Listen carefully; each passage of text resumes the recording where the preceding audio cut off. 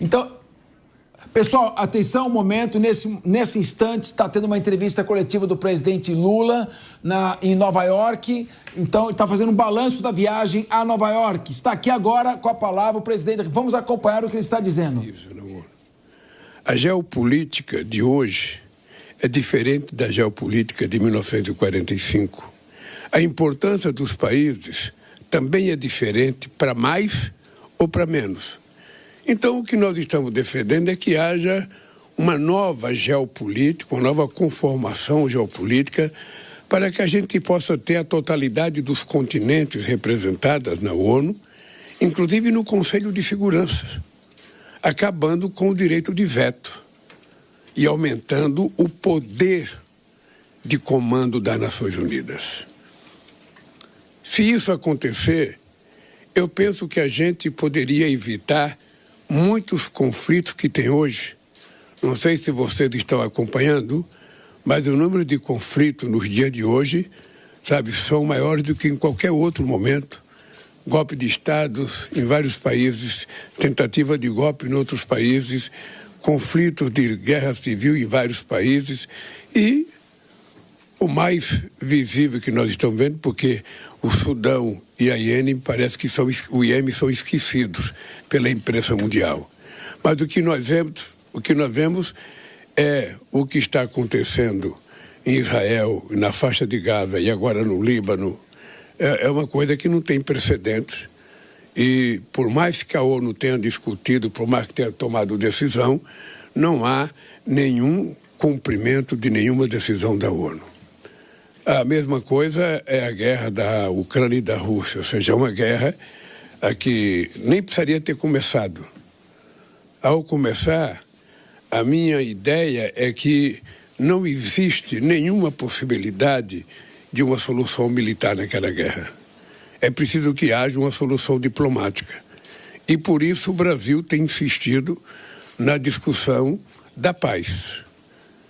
E que seja convocado quem os dois países entender que possa ajudá-los a encontrar um caminho de paz, a encontrar, um denominador comum para que a guerra termine e os dois países voltem a viver fora, do barulho de tiros. Não é uma coisa fácil, porque até na vida do jornalismo, vocês sabem que tudo começa de um jeito e a gente não sabe como termina. A guerra é a mesma coisa. Quem começou a guerra imaginava que ia ganhar na semana seguinte. Ou seja, acontece que, na realidade, a guerra já está durando quase 2 anos, 3 anos, e me parece que não tem nada previsto para que haja uma negociação.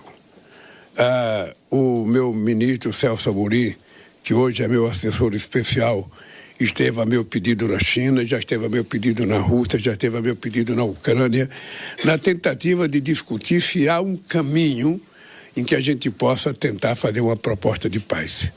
Há uma proposta da China, que tem sido elogiada por algumas pessoas, junto com o Brasil, e nós estamos aí a disposto a saber se os dois países estão interessados em conversar. Porque se os dois não quiserem, não tem conversa. Então, acho que a gente deixou isso claro no nosso discurso. A gente deixou clara a necessidade da ONU, voltar a ter um papel muito importante. A ONU teve muita força quando ela foi criada para criar o Estado de Israel. E agora não tem nenhuma força para criar o Estado palestino. Ou seja, é importante criar para que os dois vivem em paz, de forma harmônica, como vive outras centenas de países no mundo. Bem, fora disso, o Brasil tem uma representatividade importante por conta do G20. O Brasil pretende fazer um G20 muito, muito especial. Não só porque vai ser feito no Rio de Janeiro e por isso só já é um pouco especial, mas porque nós vamos ter no dia 16, me parece, um G20 social, em que está sendo convocado gente do movimento social de vários países do mundo inteiro. E depois eu acho que vai ter uma participação apenas entre membros fixos e convidados muito importante, porque além de discutir a desigualdade, além de voltar a discutir a convergência da ONU, além de discutir a questão da transição climática, a gente tem que discutir outros temas que estão na ordem do dia e que não era possível colocar na pauta quando nós fizemos a pauta. Eu estou muito feliz nessa viagem porque, mais uma vez, eu pude contar com a presença do presidente do Senado e presidente da Câmara, que eu fiz questão de convidá-los, porque é muito importante a imagem que a gente possa passar para o mundo e para o Brasil, de que no Brasil a gente consegue exercer a democracia na sua plenitude, mesmo em situações adversas. Eu queria que os dois presidentes soubessem que a coisa mais extraordinária quando eu converso com os outros países é quando eu falo para eles que eu fui eleito presidente da República com um partido que só tem 70 deputados de 513, que só tem 9 senadores de 81 e que a gente consegue votar as coisas com a maior tranquilidade, construindo a maioria em cada votação, discutindo com os partidos políticos, ou seja, fazendo da forma mais civilizada possível as coisas acontecerem, até aprovar uma política tributária que era uma coisa impensável no nosso país. Então eu sou grato à presença de vocês dois aqui. Acho que é importante a gente ter em conta, companheiro Lírio e companheiro Pacheco, que quem sabe vocês têm que tomar iniciativa daqui para frente para que a gente comece a fazer reunião de parlamentares do mundo inteiro no Brasil, de América do Sul, da África, porque política é exatamente isso. A política é a arte da convivência democrática entre opostos, entre contrários. E é isso que dá dinamismo à democracia. Eu também tive a oportunidade de, junto com o Pedro Sánchez da Espanha, convocar uma reunião com alguns presidentes que nós consideramos democratas, não convidamos todos porque era uma coisa muito precipitada, para a gente discutir a revitalização da democracia, o surgimento da extrema-direita, sabe, esse extremismo que nós estamos vendo, sabe, com um suporte muito grande na indústria do fake news que está monetizado, tem gente ficando rico com a quantidade de mentiras, com a quantidade de leviandade. Eu chamei os democratas para a gente discutir, ou seja, onde é que a democracia errou? Porque em algum momento a democracia cometeu uma falha que permitiu que pessoas extremistas e de extrema-direita pudessem questionar a própria democracia, questionar o sistema, questionar uma série de coisas que há 50 anos atrás era culpa da esquerda. Então, é uma discussão muito séria, porque eu considero a democracia o sistema de governo mais extraordinário que se inventou, porque somente num processo democrático é que um metalúrgico pode chegar à presidência de um país que é a 8ª economia do mundo. Somente, sabe, na democracia a gente pode conseguir negociar votações num Congresso que, teoricamente, depois das eleições era diverso e que até agora tem contribuído para a gente votar todas as coisas de interesse do Brasil. E também eu fiz algumas reuniões empresariais. Eu fiz reunião, sabe, com as agências de rede. Eu fiz reunião, jantei ontem à noite com um grupo de empresários a convite do companheiro Josué, presidente da Fiesp. Fiz reuniões com outros empresários individualmente, porque são pessoas que querem fazer investimento no Brasil, são pessoas que estão trabalhando com o sentido de fazer investimento, são pessoas que estão acreditando de que as coisas agora estão dando certo. E como eu sou um presidente de muita sorte, sabe, eu estou dizendo para as pessoas, aproveitem, que eu tenho tanta sorte que o Corinthians começou a ganhar, sabe? E já ganhou 3 jogos seguidos. Então, isso é sorte. E como eu acho que a economia brasileira está surpreendendo positivamente, essa é a maior sorte que eu tenho, é que a economia brasileira está surpreendendo os homens do mercado externo, os homens do mercado interno, os pessimistas de plantão. As pessoas estão percebendo que a economia vai crescer no Brasil, que o salário mínimo vai continuar crescendo no Brasil, que as políticas de inclusão social vão continuar acontecendo no Brasil e que a gente vai continuar a levar o Brasil para viver um padrão de vida que seja respeitável.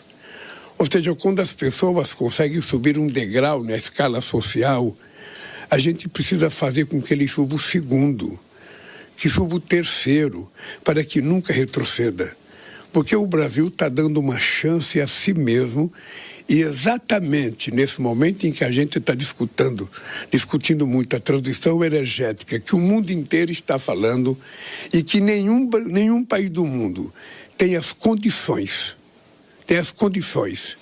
sabe, que o Brasil tem para ser um país exemplo de fazer a energia mais limpa do planeta Terra em quase toda a sua plenitude. Para jornalista estrangeiro que está aqui, é importante lembrar que o Brasil uma parte já depoimento, as imagens continuam. Eu queria ficar aqui com o Diogo da Luz e com o José Milagre. O presidente falou um pouco em revitalização da democracia e combate às fake news. Então eu pergunto, aquela questão do genocídio dos Yanomamis, vamos salvar a Amazônia, meta fiscal -0 de déficit. Vamos. O que você acha, então, dessa questão? O presidente está falando, enfocando muito na pauta política, fala muito de restauração, revitalização da democracia. Eu penso que democracia é a liberdade de você pensar e se manifestar, sem censura prévia. Mas qual a sua avaliação, Diogo da Luz, sobre esse discurso e sobre a fala do presidente? Claro que esse é um trecho. Ele está abordando outras questões também, é evidente, mas eu queria chamar a atenção, me chamou a atenção esse trecho. Outra coisa, ele olha para o Lira e diz, política é a arte de conviver com os opostos. Acho que o Lira não gostou muito de ouvir isso também. Por favor. Pois é, nessa parte de precisamos recuperar as democracias, eu acho que a gente precisa entender o seguinte, temos muitos problemas em muitos países, sem dúvida, mas o mundo nunca foi tão democrático quanto é hoje. Já foi menos, mas não mais. Se vai ser mais ou menos na frente, só o tempo dirá. Mas o que eu senti mais que me incomodou nessa viagem do Lula foram duas coisas, Capês. Uma, que ele fez os discursos muito para os grupos fechados, pode-se dizer assim, onde ele atuou. Mas ele não falou da questão da Venezuela, que é um vizinho com um problema seríssimo, falou da questão de Gaza, que é muito mais distante, não entendi, da questão do Líbano, e não entendi porque não falou da Venezuela. Pediu que Cuba tivesse suas barreiras derrubadas, mas não pediu que as eleições da Venezuela fossem válidas. Não entendi isso. E, principalmente, a gente sabe que o Brasil está um pouco fora da lupa dos grandes investidores, e os grandes investidores são muito importantes. E eu, comparando a agenda do presidente Milei com a do presidente Lula, eu vi que o Milei foi na Bolsa de Valores de Nova York, procurou muitos empresários, procurou investidores, tentando mostrar que a Argentina está num caminho para melhorar, para se tornar um paraíso para investidores. Essa mensagem que ele tentou levar. E é essa mensagem que eu gostaria que o presidente Lula levasse também. Porque muitos podem dizer, a Argentina está muito pior e precisando muito mais do que o Brasil. Mas eu insisto, o Brasil não está na lupa dos investidores internacionais, a não ser aqueles de curtíssimo prazo que vêm atrás dos juros, que não é o que a gente mais precisa. A gente precisa de gente para investir em rodovias, em ferrovias, em aeroportos, esse tipo de investidores que nós precisamos. E eu não vi o presidente Lula falar uma única vez com pessoas assim, nem para pessoas assim. Agora, José Milagre, eu vi o presidente falar da revitalização da democracia e da necessidade de combate às fake news. Mas por que ele não se manifestou pela necessidade de instalação da democracia na Venezuela e do combate às fake news da Venezuela, em que o Nicolás Maduro roubou, não tem outra palavra, roubou 73% das urnas e usa como marionetes juízes, forças armadas e os órgãos de controle, persegue, prende crianças, adolescentes, opositores e, de repente, você fala em revitalizar a democracia e diz que, eu lembro até a expressão do presidente, aquilo ali é um rolo todo. Então, só dizer que é um rolo todo, qual a sua avaliação sobre essa dicotomia, vamos dizer assim, entre o que o presidente fala e o que ele faz?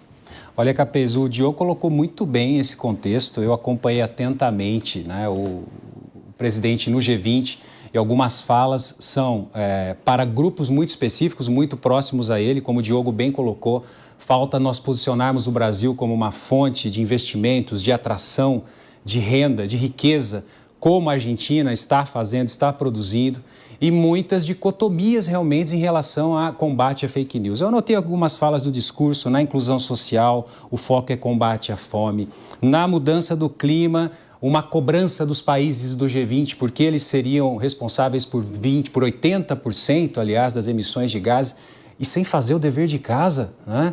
Como nós estamos com as queimadas, qual o papel do Brasil para resolver isso, como eu vou estruturar essa verba que foi liberada, jorrando dinheiro aí para as secretarias, para os governos, como isso vai ser direcionado para que a gente combata também essas emissões, os efeitos nocivos ambientais. Questão da governança, quer se reformular a estrutura da ONU, mas são temas muito genéricos, falando para os seus e sem deixar de lado, e deixando de lado, aliás, muitos pontos interessantes. Aliás, o presidente Lula fez várias críticas ao Elon Musk, né? Eu quero acreditar que no G20 um discurso possa ser utilizado de forma mais proveitosa, de forma mais profícua e focado nos interesses da sociedade brasileira, do que ficar criticando o Elon Musk, que as empresas que estão de fora têm que cumprir leis brasileiras, dentre outros temas que interessam a quem, né? Então, realmente faltou aqui um direcionamento e um posicionamento forte em relação à Venezuela. Fake news aconteceu lá, falando que houve maquiamento de documentos por parte do Gonçalves, sem nenhuma prova, o que fizeram, inclusive, que ele deixasse a Venezuela, está em Madrid, e o Brasil em absoluto silêncio. É isso que a gente não consegue entender. Ô, Diogo da Luz, eu quero deixar aqui uma pergunta no ar, porque o Pantanal e a Amazônia estão sendo literalmente queimados, ardendo a céu aberto. O déficit continua se agravando. Só ano passado, 50 bilhões de reais de emendas parlamentares e emendas PIX que ninguém sabe quem mandou, nem para onde vai, que dão margem à grande corrupção. Aí você tem o problema da segurança pública, o crime organizado dominando, lavando dinheiro em tudo quanto é canto, problemas gravíssimos no país. Mas o problema é o Elon Musk? Vamos voltar à discussão. Querido Diogo da Luz, Elon Musk, quem tá inflação, a Amazônia queimando, os Yanomamis, ninguém resolveu nada, 50 bi de dinheiro de emenda parlamentar, que coisa, hein? E o crime organizado, hein? O PCC nunca foi tão grande. Será que nós estamos com uma visão desfocada dos reais problemas da nação? Não, o Brasil não tem problema. Está bom. Tudo resolvido. Vamos resolver os problemas do mundo e dos bilionários americanos que estão nos atrapalhando. Veja, o Elon Musk está barateando a internet nos rincões, está barateando as viagens espaciais, mas ele é o vilão. Mas é pela concentração de riquezas. Pois bem, os maiores concentradores de riqueza são os governos. Os bilionários têm uma fortuna total, todos eles, de 14 trilhões de dólares. Os governos do mundo arrecadam todos os anos 27 trilhões de dólares. O problema está aí. Olha, parabéns, Diogo. Encerrou com chave de ouro. Vamos, então, encerrando o programa de hoje. Agradeço aos membros do Ministério Público que nos honraram. Agradeço a vocês da audiência. E agora vocês ficam com quem? Com 3 em 1. Ele já tá aí, o Evandro Cini. Bom programa para você, Cini. Valeu, Capês. Um abraço a você e todos que acompanham.